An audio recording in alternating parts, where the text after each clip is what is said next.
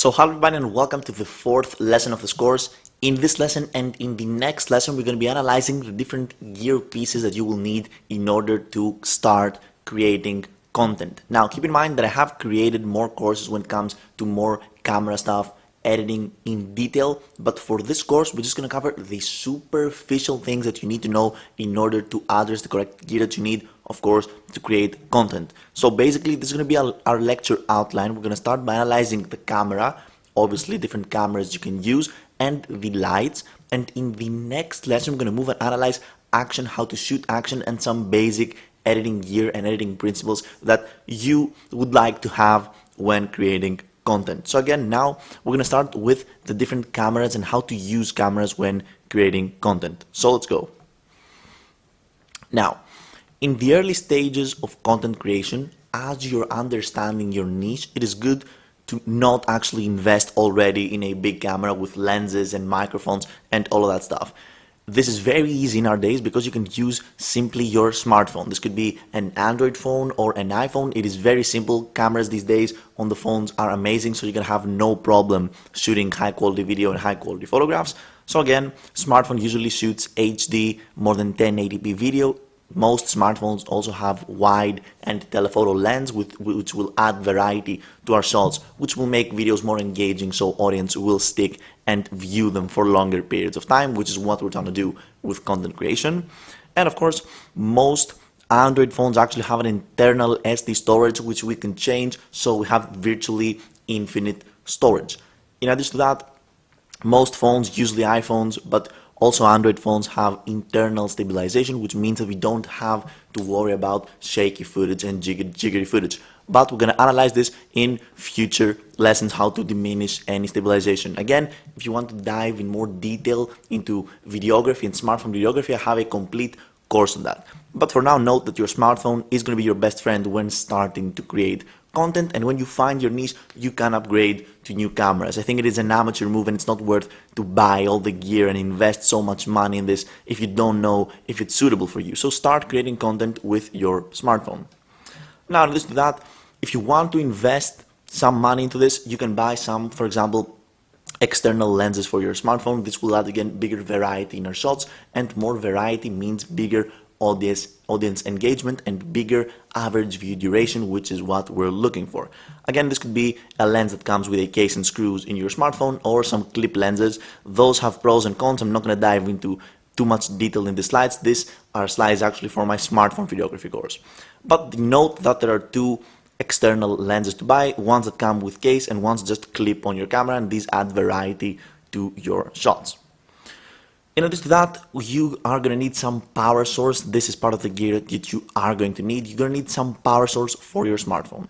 And there are two ways to power up a camera, or pretty much any smartphone, any camera device out there. The first one is with external power, so a battery bank, for example, a power bank. You can just plug your smartphone so you have virtually infinite battery, and you can also plug it directly to a wall plug. Both of these work. Obviously, if we're shooting outdoors, we're going to invest on a power bank because, again, we need storage and battery. Storage and battery are the two things that will limit us in creating infinite, literally, content. We need to have storage and we need to have battery.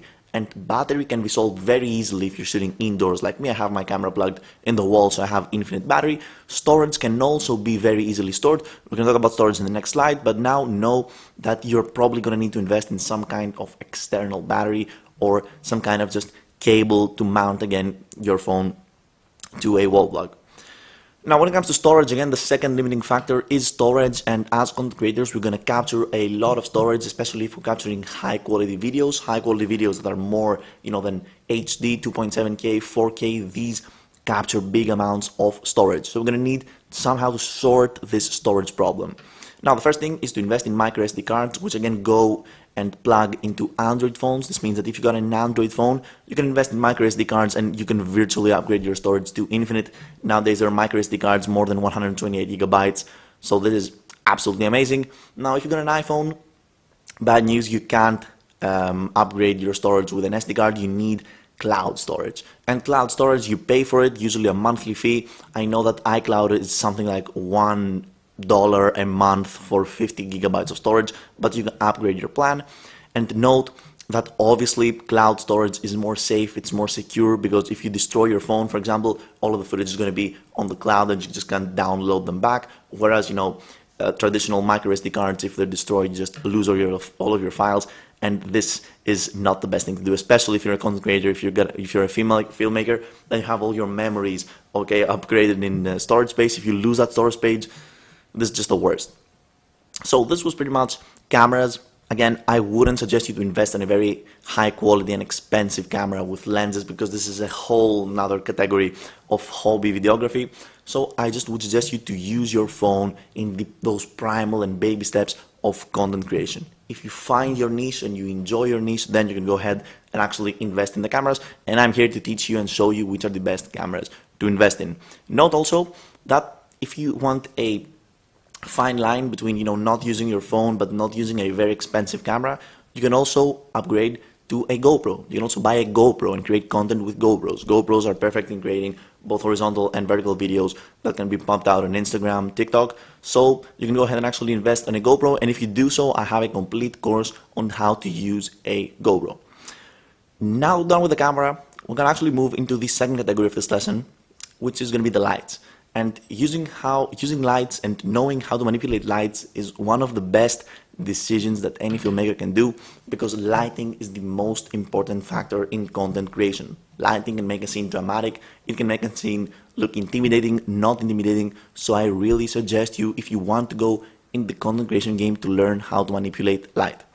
Now, when it comes to the lights that you can buy, the different lights that you need to buy, you obviously can use natural sunlight from the sun, but this is limiting because some clouds could change the quality of light.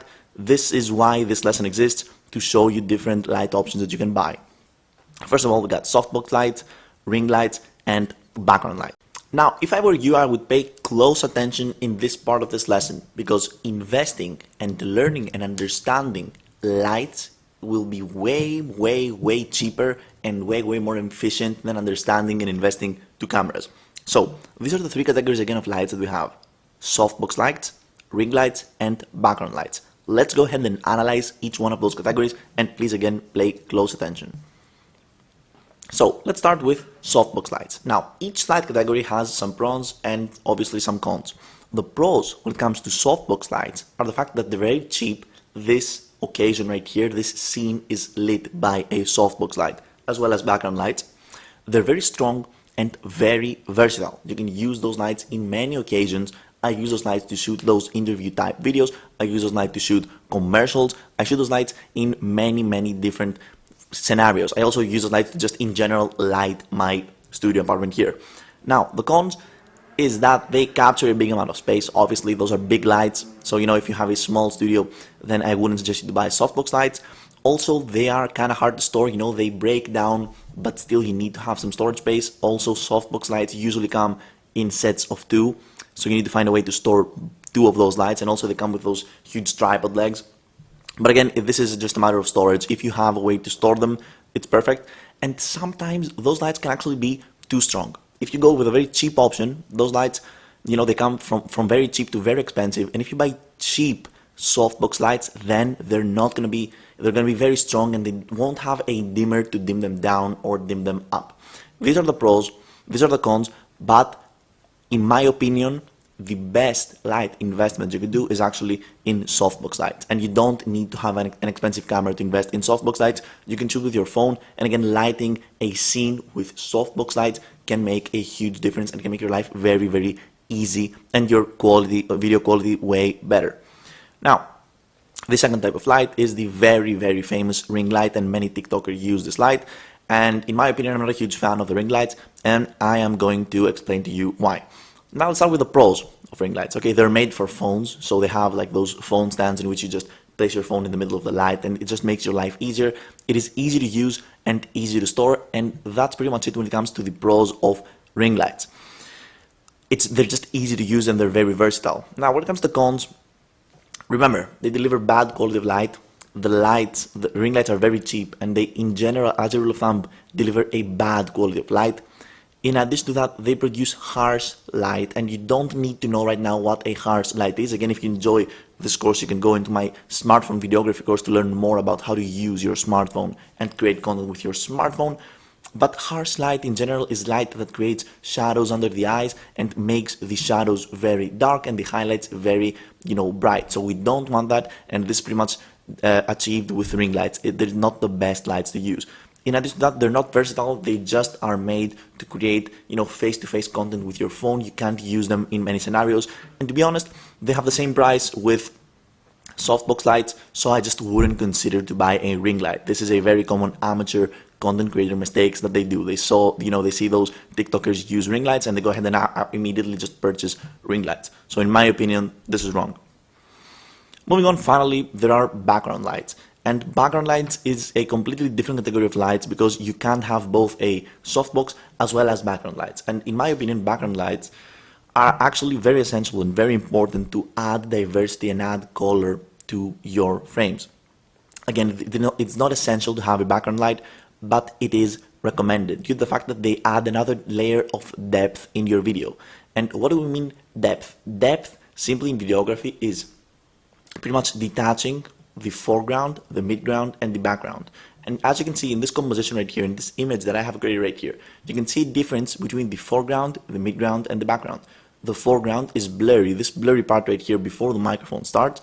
The midground is where I am located and is lit by the softbox light, and the background is indicated by the background lights that we have. And this is how I create depth in my composition, and depth looks better. So pretty much you want to have a background light because you want to have diversity in your shots, because diversity makes the audience engaged, more engaged in your videos, and engagement increases the watch time and how much they like your content and how much they want to keep consuming your content. So these were lights and these were background lights.